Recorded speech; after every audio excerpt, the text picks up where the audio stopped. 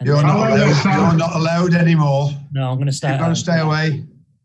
And then we'll preview our game against West Ham after. So, Gary, if you can kick us off, please. Yeah, I'm not allowed either, Sam. Congratulations. As a Dudley lad, you know what that means to the fans? Absolutely, yes. I think that certainly under these circumstances as well, obviously with the disappointing starts of the season and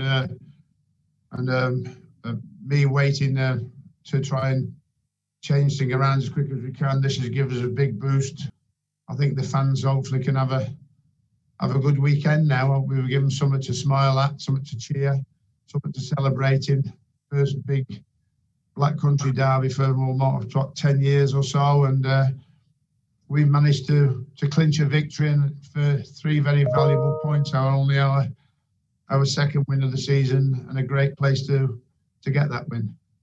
And particularly given the developments of the past, day or so. Yes, COVID protocols. Sam Johnson having to miss the game. I think it's his first game he's missed in 4 years. I think I was pleased that we played Butts at Blackpool, so I was comfortable that he could come in and replace him, and he did a good job. And obviously Matt Phillips, a couple of young lads as well that have got it, but not obviously not that important to us. And then injury to Grady yesterday on 5 minutes into training. So we had to change that position, but I thought that Camille did well. I thought everybody did well today, and obviously the victory is very important for us. Putting my grumpy old hat on without taking anything away, was a bit more than fist pumping going on at the end of the game. I guess that's understandable though in terms of the celebrations.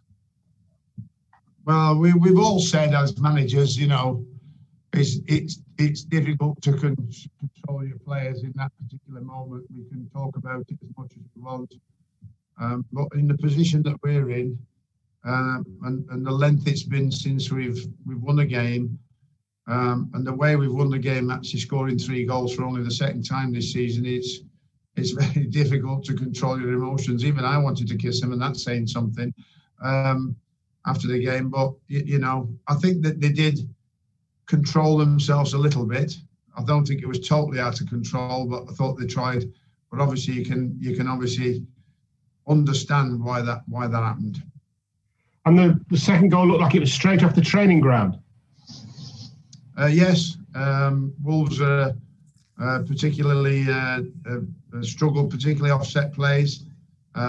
We pointed that out to the players over the last couple of games. Conceded a huge amount of goals off set plays, and obviously the advantage of a long throw is as good as a corner, and we took full advantage of that, which was very important after the bitter disappointment of going in front and conceding 2 very, very sloppy goals in the space of 2 minutes to actually coming at half-time losing. But the spirit of the players today and the comeback was excellent.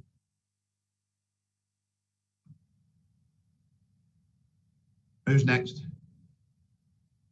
Okay, we'll go to the writtens now then with Matt Mayer from the Express and Star. Hi Sam, you okay? What's the prognosis on Sam, Matt and Grady? When are they going to be able to return? Well, Matt was waiting for an ECG. I think that he's probably had.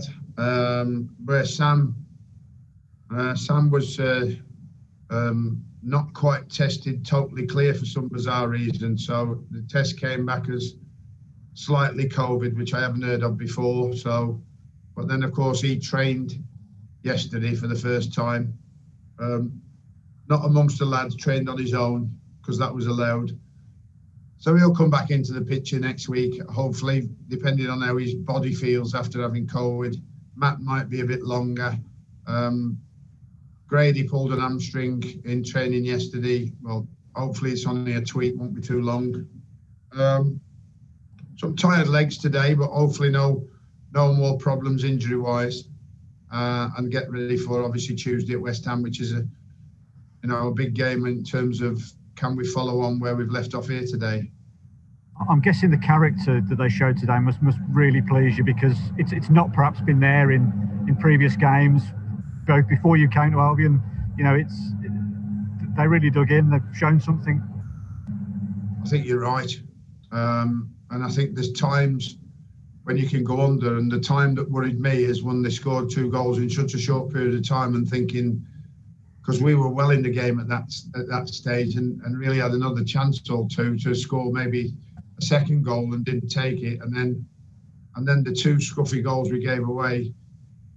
You could have seen or maybe thought in the past that the team has not been able to respond to that, and it's been difficult. But the response was about us scoring early, lifting the lads again, and then obviously scoring and getting in front again. And I think then the determination to make sure that we were going to see the game out. I asked the players to come off 0-0 second half, and I think you'll get a result if you do that. But in all fairness,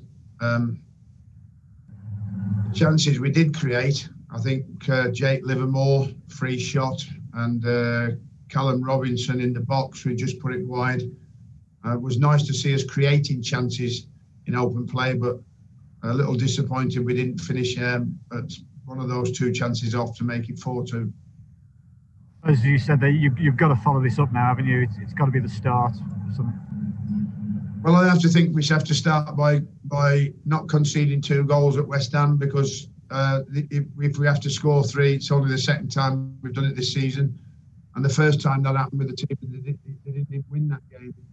So you know, we've got to make sure that we don't give goals away like we did. If we learn anything from today to go to West Ham, is not to give West Ham the goals that we gave Wolves today. If Wolves score a cracking goal by brilliant play, brilliant trickery by the opposition, then you can hold your hands up. But if you almost gift them the goals we gifted today, we've got to make sure we're determined not to do that again. Thanks, Sam. Joe Chapman, please. Hiya, Sam. I just wanted to pick out a couple of players that put in particularly important performances today. I thought Kyle Bartley, you haven't always had Kyle Bartley available to you. I thought he was immense at the back.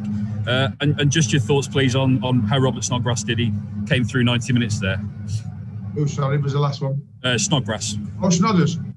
Well, I mean, considering he hasn't played that much, and he hasn't even played a full game for such a long time, we actually thought that we may have to look at him at about 70 minutes and we may have to substitute him. But I mean, in all fairness, he's so fit, the lad, and he's got so much energy. He didn't even look that tired. So we left him on, and he did the job. He'll bring huge experience to the team, and if we can add to that in terms of experience and quality, then hopefully that will make us better.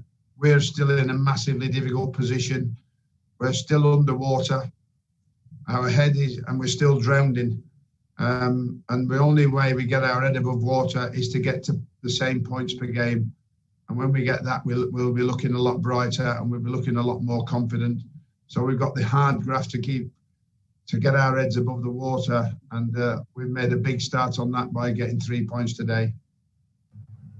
And just your thoughts on Kyle Bartley as well. As I say, I thought he was fantastic. Kyle Bartley, yes, big ugly centre half like myself. Nice to see that he was doing his defending job correctly by getting the right positions, by getting the right blocks, by doing the right things. And a central defender must always be judged on how good he is a defender, not how good he is on playing the ball out, believe you me, because that will help you get clean sheets. And if you get clean sheets, you don't lose football matches. Great, Sam. Thank you. Cheers. Steve Madeley, please. Hi, Sam. You said on TV that you thought the team were as good as they've been under you with the ball today. Can you just tell us what the kind of things you've been working on to bring that about in the last couple of weeks? I think it's where do you play the ball, and where do the lads in front of the ball run to create the space for the lad on the ball for options, and then making those right choices, because there can be a little bit of panic on the ball sometimes when you're maybe struggling with a bit of lack of confidence. So you have to try and make it as easy and as simple as possible for the players to show them what spaces they might create and where balls you try and play to hurt Wolves in their particular system. and my emphasis on the fact of the matter today to the players was that Wolves have only taken 2 points out the last 5 games. So there's a lack of confidence there, lads. You know, people might say we're lacking confidence, yes, but Wolves are lacking great confidence at the minute on those results. So if we get on the front foot and we can put that back four under pressure, I believe we'll get chances, and I think we did that. The only thing was we didn't convert the open play chances, which was a little disappointing.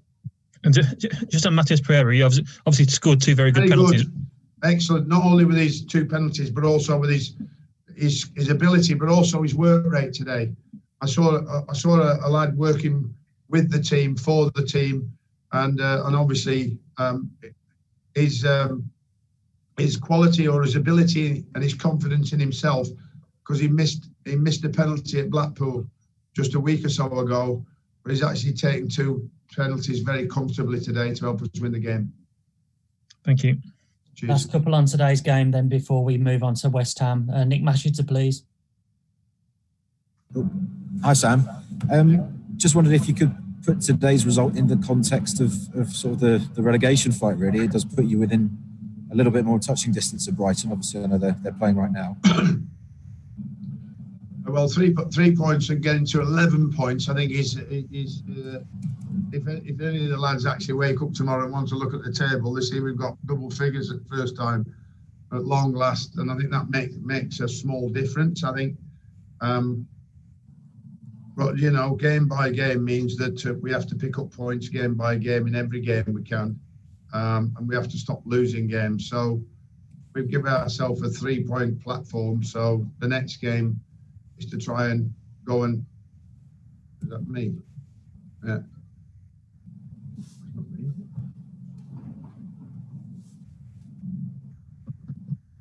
Sorry about that, I'll just let that finish.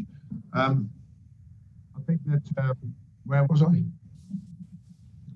Sorry. Just talking about the double figures, yeah, we were on double figures, and I think that because we were on double figures, that's a bit of a positive.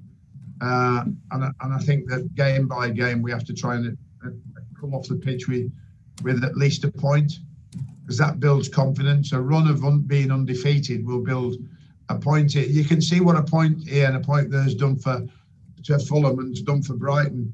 You know, we've got a massive 3 points today. So if that's followed by a point, that's all well and good. What it can't do is be followed by a defeat.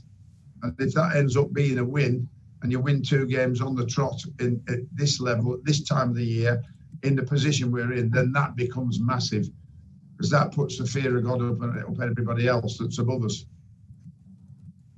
Last one from today then, please, Graham Bryce. Hi, Sam. At the end of the game, the monitors picked you up saying to the players, no hugging, no kissing. Yeah. Was that a bit of a joke, or were you serious about it? No. I mean, we've been told, and we've been, me and Jake had a 45-minute, 60-minute meeting with the PFA, the LMA, and the Premier League, and the science medical officer from the Premier League on the fact that we have got to try and restrain from doing or showing any contact when we score a goal, which is extremely difficult, certainly under the circumstances we experienced today, having not won for a while.